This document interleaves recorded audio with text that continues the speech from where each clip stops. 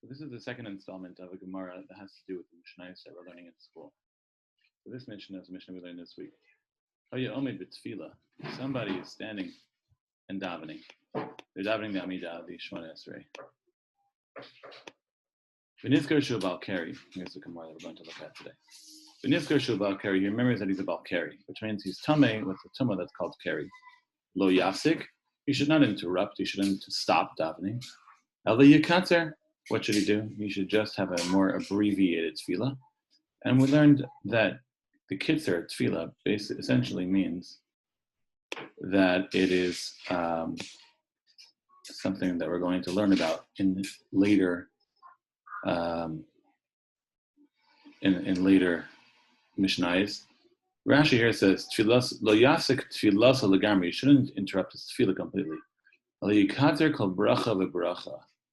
The Omer kol abrachos b'kotzer. Each bracha should be shorter. It's a little difficult to understand how you do that, but I think the Gemarah is referring to either Havinenu or Tefillah Ketzara, which again is something that we're going to learn about later on. So again, starting from the beginning, Omer b'tefillah. If someone's standing and davening, v'nizkar shabal keri, he remembers that he has tumah called keri, so he's not supposed to be davening. The same way he wasn't supposed to be saying Shema, he's not supposed to be davening. Lo yasik, he shouldn't just stop. Al yakatzer, rather he should have an abbreviated tefillah. Second halacha is Yorad Litva. If he goes down to the mikveh, so that the rest of the Mishnah doesn't have anything to do with our Gemarah over here. Tana Rabbanan, the rabbis taught a brayso. See, the reason I want to teach this Gemarah, even though you'll see that it's a little bit iffy, I guess, is because the discussion here in the Gemarah is basically a brayso, which is a Tanaic teaching that's complementary to the Mishnah itself. It's kind of a longer version of our Mishnah. Tana Rabbanan, the rabbis taught in brayso. Hayomed b'tefillah, someone standing and davening. V'nizkar shehu bal keri, and he remembers that he's a bal keri, meaning that he had not had a chance to go to the mikveh yet. Lo yafsik, he should not interrupt. Ela yikatzer, he should just have a short tefillah. Hayakori batorah, if somebody is, now the Mishnah elaborates, or the brayso elaborates. Hayakori batorah, if he is, I guess, the bal kori. V'nizkar shu bal keri, he remembers that he is, again, a person who has tumah called keri. Eino mafsik ve'ola, ela megamgem v'kora. Tanakama says he should not stop reading. Ve'ola means, literally means to go up, but in this case, ola probably it would mean. See how they say it. You should not break off and leave it. In a masik v'ola, basically means he shouldn't just stop. Ela megamgem, he should mumble v'kori and read. Strange. Why would it help to mumble and read? But that is, Rashi says, well, megamgem means merutza, just read fast.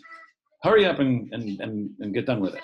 It means don't delay it. Same way, I guess, when it comes to tefillah, when it comes to the Amidah, he doesn't delay. He should rather be mekatzer, he should hurry up. So too, with the reading of the Torah as well, he should hurry up. If Meir argues, he says, no, ein bal keri rishoy likras b'Torah yoser migimel psukim. He says, a bal keri is not allowed to read more than 3 verses in the Torah, and therefore, after 3 verses, he has to stop. So this is one brayso that is similar to the Mishnah, and a kind of elaboration of the Mishnah. Tanya idach, we have a second brayso, another brayso. Hayomed b'tefillah, someone's davening and standing and davening. Omed b'tefillah means standing in prayer, meaning he's doing the Amidah, he's saying Shemona Esrei. V'roat soeh kenegdo, and this is already more similar to the Mishnah, because the end of the Mishnah says that you're not allowed to read the Shema anywhere near bad smelling stuff. And in the Mishnah and concluded, it says, Kama yarchak mehenem and atzoa. Let's say somebody is in the vicinity of something which doesn't smell very good, or tzoa, which is technically human excrement, or even from an animal, and it doesn't smell very good. Actually, very relevant if somebody has small children at home. You have a baby at home who's 2 years old, and the baby has a dirty diaper. So you can't daven near the baby. You can't say Shema near the baby, especially during COVID. People are davening at home. Something to be aware of. You have to be at least Daled Amos. The Gemara is going to discuss Daled Amos. How far is it? 4 amos away from the smell, 4 amos away from the actual diaper. That's discussed in the Gemara later. That's true for Shema, but here the brayso includes it for the Amidah. Sometimes people say Shema on their way to shul, and there too you have to be careful that you're not near any bad-smelling items on the way to shul. Sometimes people don't clean up after their dogs, etc. Okay, so let's take a look. Tiny Ida, in the Brisa. Hayomed Mitzvila, somebody standing in Shemon Esrei. And he sees, he realizes, oh my gosh, I'm staying in a place and now there is excrement nearby. Or maybe a baby came in the vicinity. He should walk forward until it's 4 amos behind him. Another brisa says that it could be 4 amos on the side of you, meaning as long as you're not directly in front of it. Like kasha, lamed kuf, stands for low kasha, it's not a question.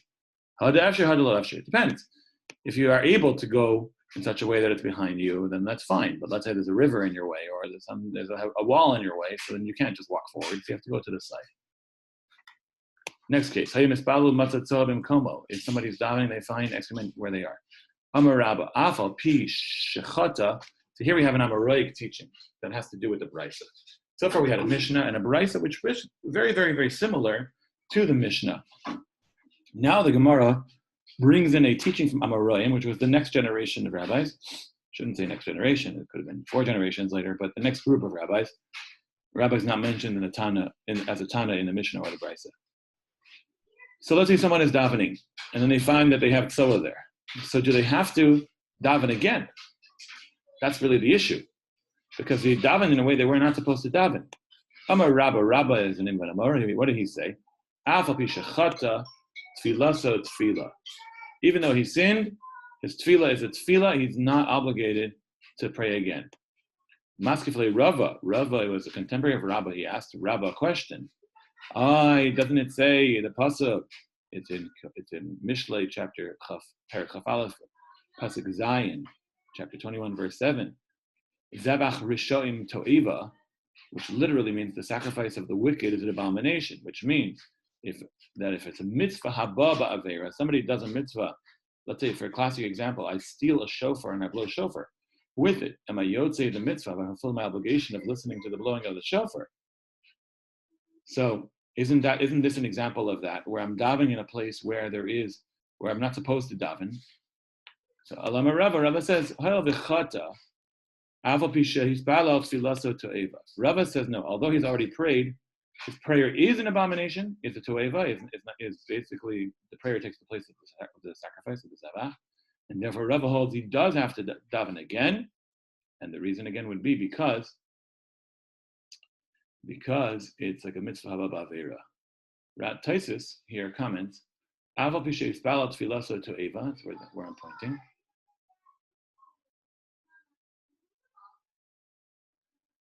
Let's actually go back to Tosas here. Why would it be an abomination? It's one thing you want to say that it's not a very nice tefillah, but it should be an abomination. He explains, because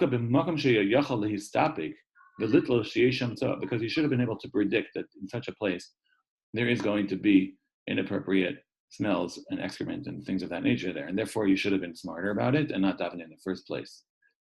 Rava says that you have to daven again. Even though you daven, tefillah to'eva, his tefillah is a to'eva, is considered to be an abomination, meaning Hashem is not interested in it. It's a mistake that's not correctable. Repirish, what does that mean? The yachsev yispala. So he says it means you have to go back and daven again. And maybe, again, as I said before, this is connected very much to the concept of a mitzvah haba ba'avera. What is a mitzvah haba ba'avera? It's when you do a mitzvah, but you only do it by way of doing an avera. Hopefully this gives you just a small, tiny taste of how the Gemarah elaborates on a Mishnah that we are learning together in class.